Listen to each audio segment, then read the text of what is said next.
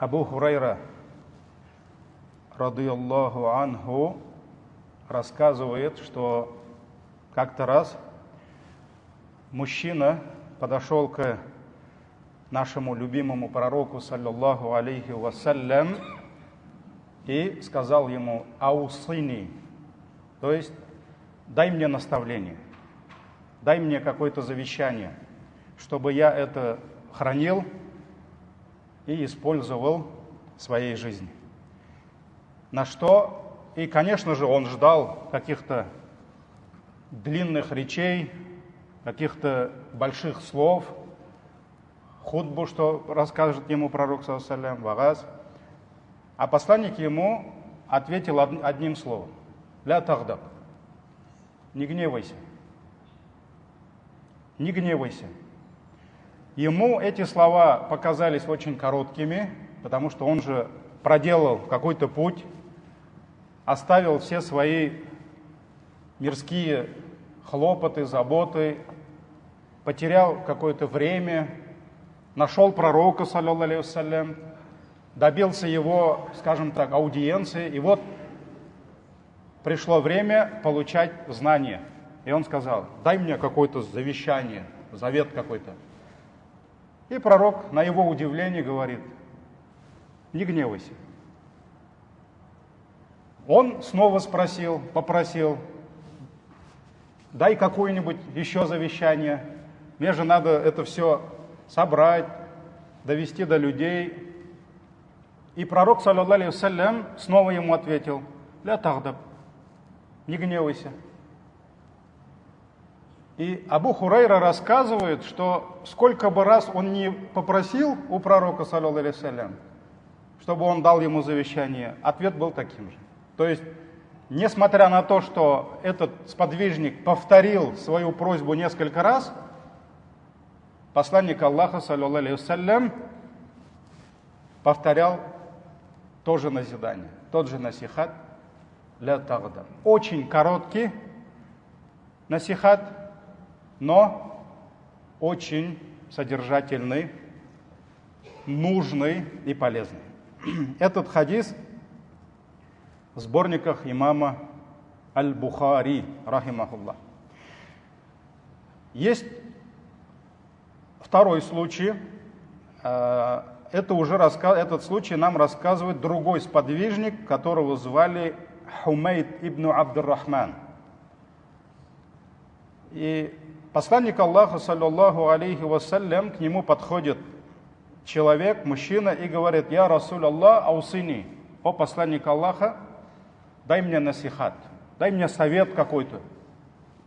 И посланник Аллаха ему говорит: ля тагдаб, не гневайся. То есть он дал ему тот же совет.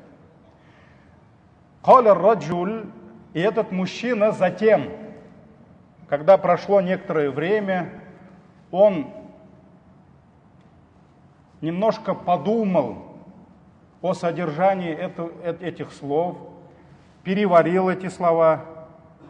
И Хумейд рассказывает, этот мужчина сказал следующие слова: «Фафаккарту хайна каля наби саллаллаху алейхи вассалям». Я думал, размышлял над словами пророка, саллаллаху алейхи вассалям.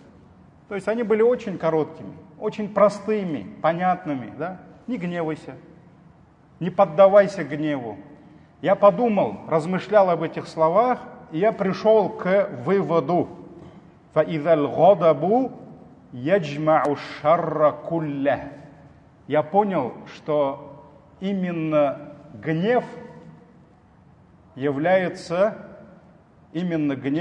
собирает в себе все зло. Все дурное, которое человек делает языком, все дурные слова, ненужные слова и все дурные дела, которые человек совершает, в голове всего этого я понял, что это гнев. Именно поддаваясь гневу, человек совершает очень много греховных, ненужных дел. Этот хадис уже в сборниках имама Ахмада. На самом деле, дорогие братья, вот эти хадисы, сподвижники нам рассказывают таким образом, что это дает нам возможность представить нам, что мы где-то там стоим в сторонке, да, и из уст пророка слышим эти слова. Потому что очень часто, когда эти сподвижники передают, рассказывали эти хадисы, и передатчики хадисов, Бухари, имам Муслим, Ибн Маджа, Тирмизи, имам Ахмад, они передали нам не только значение вкратце, да, они передали все, что передали сподвижники, все, что рассказывали. Потому что очень часто тот же Абу Хурайра, когда рассказывает какой-то случай пророку, он передает нам некоторые даже детали. Настроение пророка, одеяние, в какой одежде они были, в каком положении он был. Он это говорил стоя с минбара или сидя, какая ситуация была. То есть вот эти моменты, вот эти описания, они дают нам вникнуть в этот разговор, смысл еще больше. И вот представляете, сподвижник проделал такой путь, думал, сейчас пророк ему расскажет столько слов, но вместо этого он услышал просто «не гневайся». Понятно, все это я записал. Дай еще мне насихат. Не гневайся. Не гневайся. Это как случай с другим сподвижником, когда он сказал, кто более достоин моего почитания. Пророк сам сказал, твоя мама. Все понятно, на первом месте мама. А потом кто? Твоя мама. Твоя мама. 3 раза. Да? Вот сколько бы он ни повторял свою просьбу, пророк ему говорил, не гневайся. И вот второй случай, когда этот сподвижник подумал, размышлял, потому что мы должны размышлять.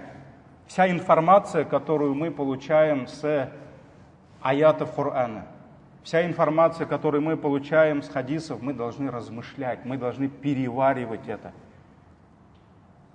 И сделать так, чтобы мы могли это использовать в нашей жизни, чтобы этот аят, который мы услышали во время хутбы, хадис, который мы до этого не знали, но, альхамдулилля, сегодня мы это услышали, да? Мы должны сделать все, чтобы эти аяты, эти хадисы уже завтра или сегодня же, они превратились в образ нашей жизни. Не просто там услышал и забыл, как обычно многие делают, а именно превратить в образ жизни. И этот сподвижник, он размышлял, и он пришел уже сам к выводу, что оказывается во главе многих злодеяний, многих ненужных слов, за которые мы часто раскаиваемся потом, и невозможно уже это исправить, и за те дела, которые мы совершаем в положении вот этого гнева, мы раскаиваемся за это, и во главе всего этого гнев лежит. И он об этом потом поделился. И некоторые высказывания табигинов, ученых, например, Джафар ибн Мухаммад, рахимахуллах, говорил, «Аль-гадабу мифтаху кулли шар». Гнев является ключом всех злодеяний. Многие ненужные слова, ненужные дела, они совершаются именно во время гнева. Когда человек поддается гневу, теряет разум, теряет свою нравственность, теряет свое терпение, манеры свои, адаб, и вылетают эти слова, и совершаются эти дурные дела. Поэтому аль-гадаб мифтаху кулли шар. Гнев является ключом всех злодеяний.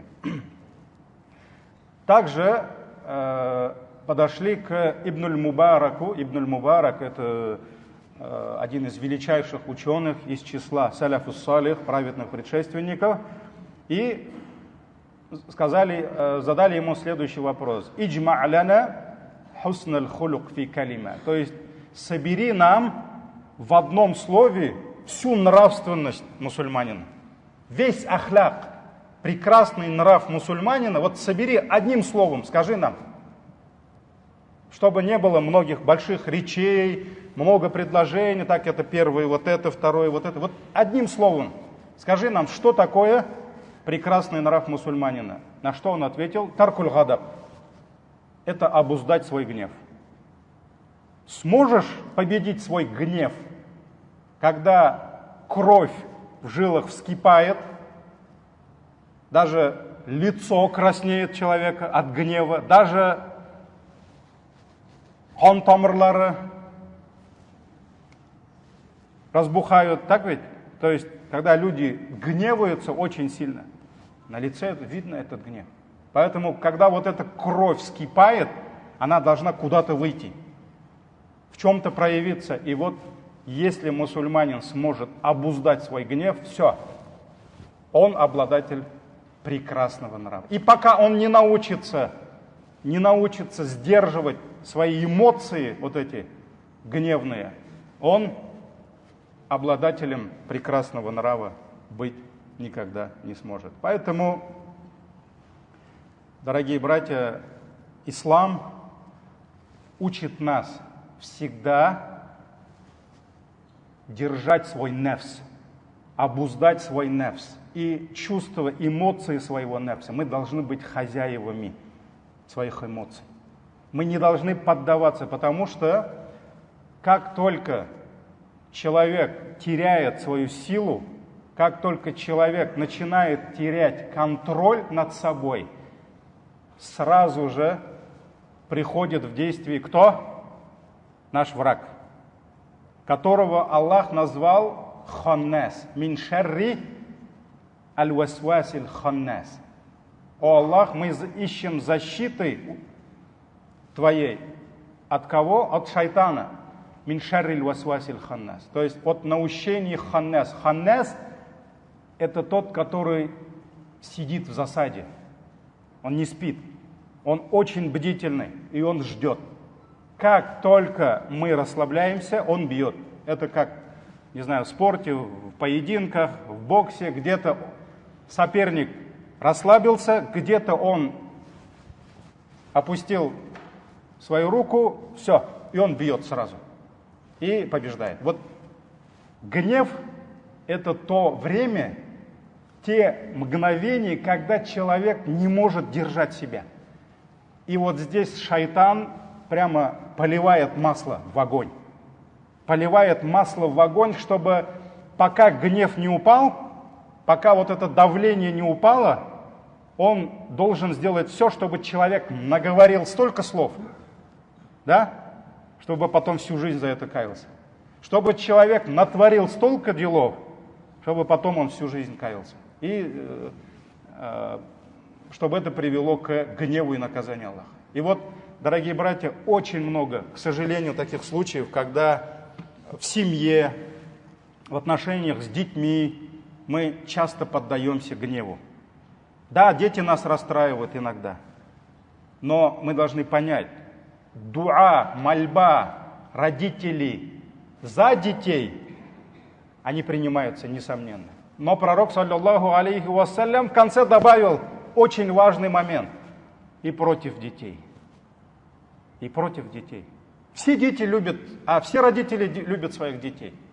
Но бывает так, что дети очень сильно расстраивают нас. Они дети, переходной возраст, они многого могут не понимать, они могут на самом деле ошибаться, они не правы. Но, поддаваясь гневу, если родители попросили у Аллаха что-либо, пожелали для своих детей, что-либо против детей, это тоже примется. Это тоже примется. Очень много случаев, когда здоровые мужчины сидят и плачут, потому что в гневе он накидал талаками свою супругу, с которой они жили 10 лет. Он накидал ее, и сейчас ищет хазратов, которые бы ему сказали: нет, у вас еще один талак остался. Ищет, к тому хазрату идет, к этому хазу идут, чтобы найти лазейку. Ну, надо было думать, когда ты кричал эти слова.